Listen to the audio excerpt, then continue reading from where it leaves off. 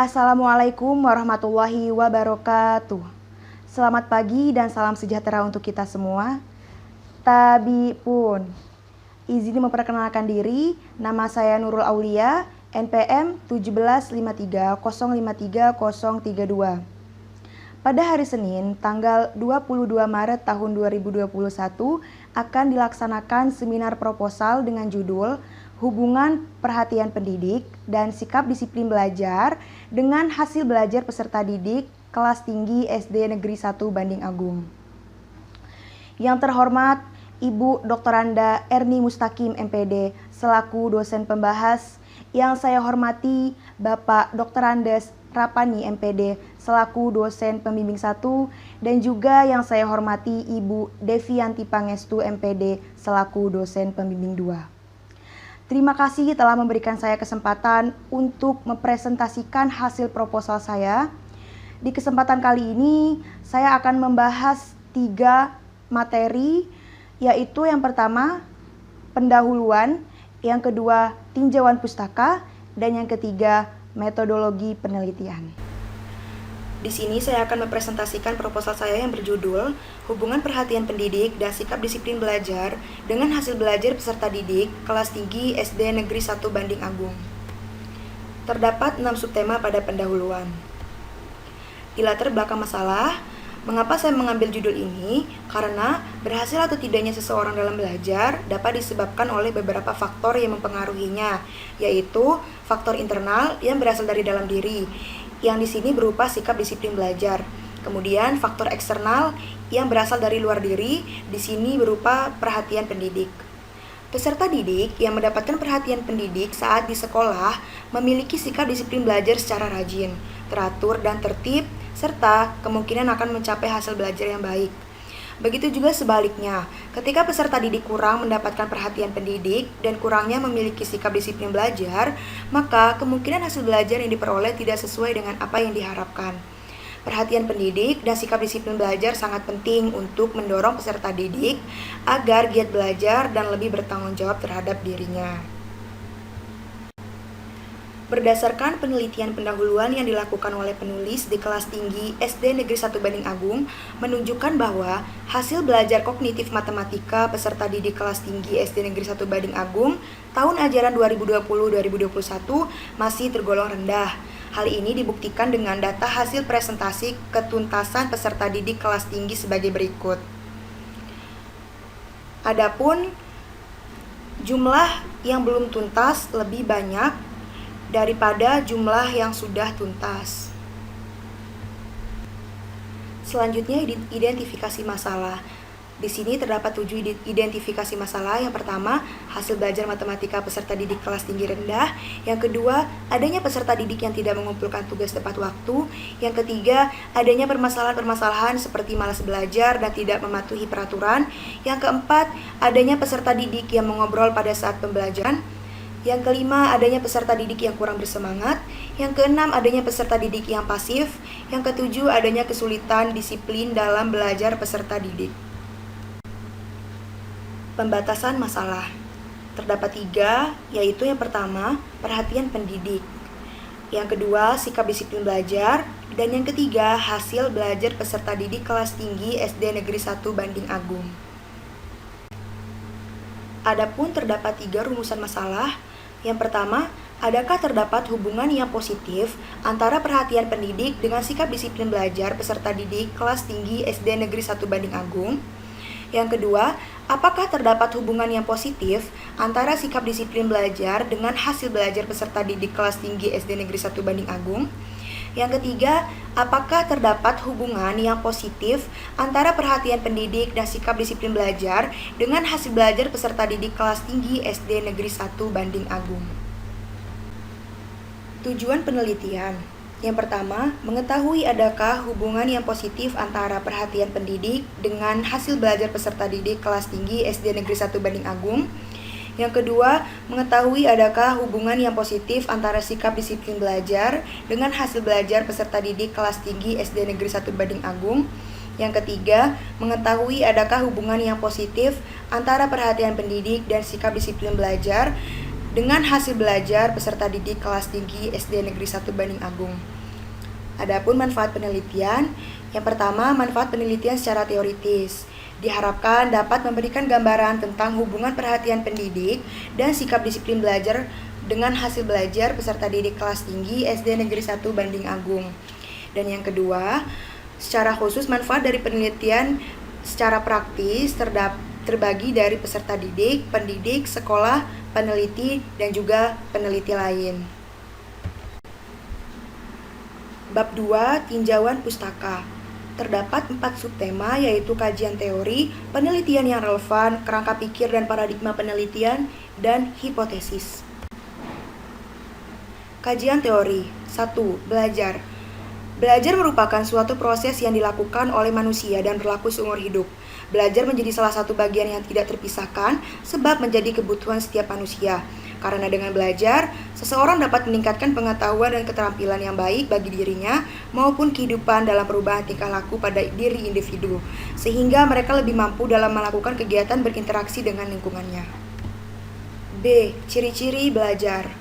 Perubahan yang terjadi secara sadar, yang kedua perubahan dalam belajar bersifat fungsional, yang ketiga perubahan dalam belajar bersifat positif dan aktif, yang keempat perubahan dalam belajar bukan bersifat sementara, yang kelima perubahan dalam belajar bertujuan dan berarah, yang terakhir perubahan mencakup seluruh aspek. C. Tujuan belajar.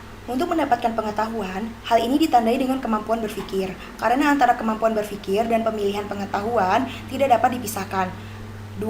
Penanaman konsep memerlukan keterampilan, baik keterampilan jasmani maupun keterampilan rohani. Yang ketiga, pembentukan sikap mental dan perilaku anak didik tidak akan terlepas dari soal penanaman nilai-nilai. Dengan dilandasi nilai, anak didik akan menumbuhkan kesadaran dan kemampuan untuk mempraktikkan segala sesuatu yang sudah dipelajari. D. Prinsip belajar. Menurut Anita dan kawan-kawan tahun 2009, yang pertama motivasi, berfungsi sebagai motor penggerak aktivitas, yang kedua perhatian, erat kaitannya dengan motivasi belajar bahkan tidak dapat dipisahkan, yang ketiga aktivitas, karena belajar merupakan aktivitas mental dan emosional, dan yang keempat balikan, peserta didik perlu dengan segera mengetahui apakah ia lakukan di dalam proses pembelajarannya atau yang ia peroleh dari proses pembelajaran tersebut. E. Hasil belajar. Hasil belajar merupakan tolak ukur untuk melihat keberhasilan peserta didik dalam menguasai materi pelajaran yang disampaikan selama pembelajaran. Hal ini akan ditentukan dengan terjadinya perubahan tingkah laku pada peserta didik setelah proses pembelajaran berakhir. Faktor-faktor yang mempengaruhi hasil belajar. Terdapat 2, yaitu faktor internal yang berasal dari dalam diri peserta didik meliputi jasmaniah, kesehatan dan cacat tubuh, psikologi, inteligensi, perhatian, minat, bakat, dan kelelahan. Yang kedua, faktor eksternal, yaitu faktor yang berasal dari luar diri peserta didik yang meliputi keluarga, sekolah, dan masyarakat. Perhatian pendidik. A. Perhatian pendidik. Pengertian perhatian. Walgito 2010 mengungkapkan bahwa perhatian yaitu pemfokusan atau konsentrasi dari seluruh aktivitas individu yang ditunjukkan kepada suatu atau sekumpulan objek. Begitu juga dengan Slameto tahun 2013 mengungkapkan bahwa perhatian ialah kegiatan yang dilakukan seseorang kepada hubungan pemilihan rangsangan yang datang dari lingkungannya. Kemudian pengertian pendidik. Pendidik merupakan pelaku dalam meningkatkan kualitas pendidikan, di mana pendidik akan melakukan interaksi langsung dengan peserta didik dalam pembelajaran di ruang kelas. Jarmah pada tahun 2010 mengungkapkan bahwa pendidik adalah orang yang memberikan ilmu kepada anak didik. Seiring perkembangan zaman, maka peran pendidik semakin kompleks, yaitu selain bertanggung jawab mengajar di sekolah, juga bertanggung jawab dalam bidang kemasyarakatan dan keilmuan. Tujuan perhatian pendidik. Yang pertama, membantu anak untuk mengembangkan pemahaman diri sesuai dengan kecakapan, minat, pribadi hasil belajar, serta kesempatan yang ada. Yang kedua, membantu proses peserta didik bersosialisasi dengan baik. Yang ketiga, memberikan dorongan di dalam pengarahan diri, pemecahan masalah, pengambilan keputusan, dan keterlibatan diri dalam proses pendidikan. Yang keempat, mengembangkan nilai dan sikap menyeluruh. Macam-macam perhatian pendidik. Ditinjau dari segi timbulnya perhatian dibedakan menjadi 3 macam, yaitu perhatian spontan, perhatian tidak spontan, dan perhatian selektif. Faktor-faktor yang mempengaruhi perhatian pendidik. Menurut Burhain tahun 2017, pertama pembawaan, keadaan jasmani, kebutuhan, keadaan alam sekitar, kemauan, kesan-kesan dari luar. Indikator perhatian pendidik. Menurut Santrok, dalam Rawi Karim tahun 2013, membuat kelas menjadi menarik, menguasai materi pelajaran, menerangkan secara jelas, mau meluangkan waktu untuk membantu peserta didik, bersikap adil kepada peserta didik, berhubungan baik dengan peserta didik, memperhatikan perasaan peserta didik. Sikap disiplin belajar. A. Pengertian sikap. Sikap adalah salah satu istilah bidang psikologi yang berhubungan dengan persepsi atau tingkah laku. Istilah sikap dalam bahasa Inggris disebut attitude. Attitude adalah salah satu cara bereaksi terhadap suatu perangsang, suatu kecenderungan untuk bereaksi terhadap suatu perangsang atau situasi yang dihadapi. Menurut Saifuddin Azwar tahun 2002, sikap adalah salah satu unsur kepribadian yang harus dimiliki seseorang untuk menentukan tindakannya dan bertingkah laku terhadap suatu objek disertai dengan perasaan positif dan negatif. Sedangkan menurut Noto Atmojo tahun 2005, sikap merupakan konsepsi yang bersifat abstrak tentang pemahaman perilaku manusia. Pengertian disiplin belajar. Disiplin berasal dari bahasa Latin disciplina yang diartikan aturan-aturan, kaidah-kaidah, asas-asas, patokan-patokan, dan perilaku atau latihan batin watak yang dimaksud supaya segala perbuatannya selalu mentaati tata tertib. Menurut Prijoraminto tahun 2009, disiplin adalah sebagai kondisi yang tercipta dan terbentuk melalui proses dari serangkaian perilaku yang menunjukkan nilai-nilai ketaatan, kepatuhan, kesetiaan, keteraturan, atau ketertiban. Nilai-nilai tersebut telah menjadi sebagian dalam hidupnya. Perilaku itu tercipta melalui proses binaan keluarga, pendidikan, dan pengalaman. Macam-macam disiplin belajar. Pertama, disiplin otoritan, kedua, disiplin permisif, yang ketiga, disiplin dengan kebebasan terkendali atau kebebasan yang bertanggung jawab. Tujuan disiplin belajar terdapat 4. Yang pertama, mengembangkan suatu keteraturan tertentu dalam tindak tanduk manusia dan memberinya suatu sasaran tertentu yang sekaligus juga membatasi cakrawalanya. Yang kedua, mengembangkan sikap yang lebih mengutamakan hal-hal yang merupakan kebiasaan dan juga membatasinya. Yang ketiga, mengatur dan memaksa. Yang keempat, menjawab segala sesuatu yang selalu terulang dan bertahan lama dalam hubungan manusia. Indikator disiplin belajar. Berdasarkan pendapat para ahli, peneliti menyimpulkan indikator kedisiplinan yang digunakan sebagai dasar pembuatan kisi-kisi dan instrumen penelitian yaitu 1. Ketetapan masuk dan pulang sekolah. Yang kedua, ketetapan dalam mengerjakan tugas. Yang ketiga, patuh terhadap peraturan atau tata tertib di sekolah. Yang keempat, mengikuti keseluruhan proses pembelajaran dengan baik dan aktif. Yang kelima, sopan santun dalam tindak maupun ucapan, serta mengatur waktu belajar di rumah. Faktor-faktor yang mempengaruhi kedisiplinan. Pertama, teladan, yaitu perbuatan yang berpengaruh besar dibandingkan dengan kata-kata. Yang kedua, lingkungan berdisiplin, yaitu apabila seseorang berada di lingkungan yang disiplin, maka seseorang dapat terbawa baik oleh lingkungan tersebut. Yang ketiga, latihan berdisiplin, yaitu disiplin dapat dicapai dan dibentuk melalui proses latihan dan kebiasaan. Penelitian yang relevan. Terdapat 3 penelitian yang relevan. Pertama, Rahmat Adiputra tahun 2019, hubungan minat baca dan disiplin belajar dengan hasil belajar peserta didik kelas 5 SD Negeri 2 Sukaraja. Yang kedua, Hanifah Billy Rosa tahun 2019, hubungan perhatian guru dan kemandirian belajar dengan hasil belajar peserta didik kelas 5 SD Negeri 2 Metro Selatan. Yang ketiga, Safela Nurwijayanti tahun 2019, hubungan kedisiplinan dan perhatian orang tua dengan hasil belajar peserta didik kelas 5 SD Negeri 5 Metro Pusat. Kerangka pikir. Perhatian pendidik dengan hasil belajar peserta didik, sikap disiplin belajar dengan hasil belajar peserta didik, perhatian pendidik dan sikap disiplin belajar, perhatian pendidik dan sikap disiplin belajar dengan hasil belajar peserta didik. Paradigma penelitian.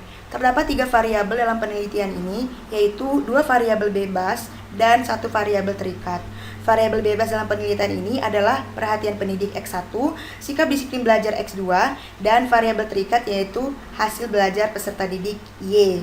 Berdasarkan penjabaran dan kerangka berpikir di gambar sini, maka paradigma penelitian yang akan dilaksanakan dapat dilihat pada gambar tersebut. Bab 3. Metodologi penelitian. Terdapat 10 subtema. A. Jenis penelitian. Penelitian ini menggunakan jenis penelitian kuantitatif dengan metode ex post facto korelasi. Prosedur penelitian. Melakukan penelitian pendahuluan di SD Negeri 1 Badung Agung, memilih subjek penelitian yaitu peserta didik kelas tinggi SD Negeri 1 Badung Agung, menyusun kisi-kisi dan instrumen pengumpulan datanya berupa angket, menguji coba instrumen pengumpulan data pada subjek uji coba angket, menganalisis data dari hasil uji coba instrumen untuk mengetahui apakah instrumennya disusun telah valid atau reliable, melaksanakan penelitian dengan membagikan instrumen angket kepada sampel penelitian. C. Setting penelitian. Subjek penelitian ini adalah peserta didik kelas tinggi SD Negeri 1 Bading Agung tahun pelajaran 2020-2021. Penelitian ini dilaksanakan di SD Negeri 1 Bading Agung yang beralamatkan di Jalan Raden Intan, nomor 166, Bading Agung, Kecamatan Talampadang, Kabupaten Tanggamus. Penelitian ini dilaksanakan pada semester ganjil, dimulai dari bulan Desember tahun pelajaran 2020-2021. D. Populasi dan sampel. Populasi adalah keseluruhan objek penelitian untuk mengeneralisasikan hasil penelitian atau wilayah yang ingin diteliti oleh peneliti. Populasi dalam penelitian ini adalah peserta didik kelas tinggi SD Negeri 1 Bading Agung yang berjumlah 134 peserta didik yang terdiri dari kelas 4, 5, dan 6. Berikut peneliti sajikan data peserta didik yang menjadi populasi dalam penelitian ini. Sampel penelitian. Penarikan sampel berfungsi sebagai perwakilan populasi yang ingin diteliti. Teknik sampling yang digunakan dalam penelitian ini ialah teknik Proportionate Stratified Random Sampling. Jumlah anggota sampel total ditentukan melalui rumus Taro-Yoname dan Slovin. Adapun rumus tersebut adalah sebagai berikut. Dari jumlah peserta didik yang berjumlah 134, kemudian dihitung sehingga sampel pada penelitian hanya berjumlah 57 peserta didik. Variabel penelitian. Variabel bebas, independent variable. Variabel bebas pada penelitian ini terdiri dari dua variabel, yaitu perhatian pendidik yang disimbolkan dengan X1 dan sikap disiplin belajar yang disimbolkan dengan X2. Variabel terikat, dependent variable. Adapun variabel terikat pada penelitian ini yaitu hasil belajar peserta didik dengan disimbolkan dengan huruf Y. Definisi konseptual dan operasional. Variabel perhatian pendidik X1, variabel sikap disiplin belajar X2, dan variabel hasil belajar peserta didik Y. Teknik pengumpulan data. Metode dokumentasi. Teknik dokumentasi yang digunakan pada penelitian ini adalah untuk mengumpulkan data tentang hasil belajar peserta didik, yaitu berupa nilai, dan mengumpulkan data tentang peraturan tata tertib, jadwal pelajaran, dan data yang berkaitan dengan perkembangan peserta didik secara fisik maupun non-fisik. Yang kedua, metode angket. Teknik angket dan kuesioner merupakan teknik pengumpulan data yang dilakukan dengan cara memberikan beberapa macam pertanyaan yang berhubungan dengan masalah penelitian. Menurut Sugiono, tahun 2013, angket merupakan teknik pengumpulan data yang dilakukan dengan cara memberi seperangkat pertanyaan atau pernyataan tertulis kepada responden untuk dijawabnya. Melalui penggunaan angket, data yang diperoleh bisa lebih mewakili keadaan responden. Uji persyaratan instrumen. Pertama, uji validitas instrumen. Pengujian validitas instrumen dalam penelitian ini akan menggunakan rumus korelasi product moments yang dikemukakan oleh Carl Pearson dengan bantuan IBM SPSS Statistik 20 dengan rumus seperti yang ada di PPT. Kemudian uji reliabilitas instrumen. Menurut Ari Kunto tahun 2012, reliabilitas menunjuk pada satu pengertian bahwa suatu instrumen cukup dapat dipercaya untuk digunakan sebagai alat pengumpul data karena instrumen tersebut sudah baik. Uji reliabilitas dalam penelitian ini digunakan untuk mengukur tinggi dan reliable pada instrumen angket yang akan digunakan. Pengujian reliabilitas angket menggunakan rumus Alpha-Cronbach. Teknik analisis data. Teknik analisis data yang digunakan dalam penelitian ini yaitu teknik penelitian kuantitatif. Tujuan analisis data yaitu untuk memberikan arti guna menarik kesimpulan dari suatu masalah yang ada. Pertama, uji persyaratan analisis data. A. Uji normalitas. Digunakan untuk mengetahui apakah dua sampel yang berasal dari populasi distribusi normal atau tidak. Pada penelitian ini, uji normalitas data menggunakan rumus C kuadrat X2 sebagai berikut. Seperti yang ada pada PPT. B. Uji linearitas. Bertujuan untuk mengetahui apakah dua variabel yang memiliki hubungan yang linier atau tidak. Rumus utama pada uji linearitas yaitu dengan uji F. Rumusnya seperti yang ada pada PPT. Uji hipotesis. Uji hipotesis bertujuan guna untuk mencari makna hubungan antara variabel X dengan variabel Y. Maka hasil korelasi tersebut dapat diuji dengan rumus korelasi persen product moments. Adapun rumusnya terdapat seperti digambar dalam PPT. Kemudian, pengujian hipotesis ketiga yaitu hubungan perhatian guru X1, sikap disiplin belajar X2, dan secara bersama-sama dengan hasil belajar Y menggunakan rumus multiple correlation yang ada pada di tengah. Kemudian, mencari besar kecilnya kontribusi variabel X terdapat variabel Y dengan menggunakan rumus KD R kuadrat kali 100%. Demikian telah sampai pada slide terakhir. Terima kasih saya ucapkan. Mohon maaf apabila terdapat banyak kekurangan. Saya akhiri. Terima kasih. Demikianlah video presentasi proposal saya. Terima kasih kepada Bapak dan Ibu dosen yang telah menyimak video saya. Mohon maaf apabila terdapat banyak kesalahan di dalam video tersebut. Saya akhiri. Wassalamualaikum warahmatullahi wabarakatuh.